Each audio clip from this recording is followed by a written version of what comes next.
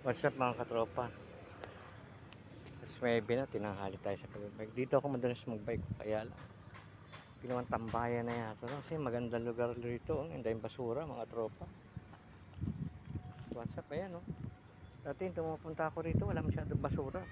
Simula naging famous to, madalas pagshootingan ng movie to. Katulad ng, ayan yan, tulay na yan. Sa river na to. Yung Batang Quiapo, madalas dito yung naghahabulan. Tapos nakaraan, yung maging sino ka man. Kay Barbie Cortez na kasi David Licao po dyan. Tumalon yung motor nila, laglag dyan. Lagi pinagsushootingan tong lugar na to. Kaya lang, nung simula ng nag-shooting rito mga katropa, ayan, tinambakan ng mga basura na oh. Kita nyo ng mga ugali ng mga Pilipino. Ayan oh, siguro naging tambayan lalo na sa gabi. Ayan oh, ang ganda kasi oh.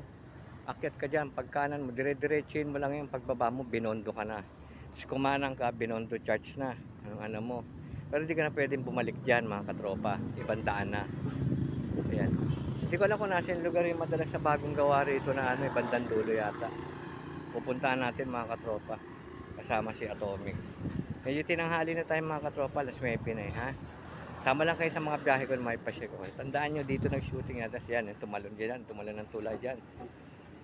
Sila Lito Lapid dati sa Batang Quiapo, Primo. Ito naman si Barbie Fortesa, saka si Licao. Ikaw, maging sino ka dyan, tulay. Yung bridge na yan, puti na yan. Yung Philippine-Chinese bridge na yan, ha?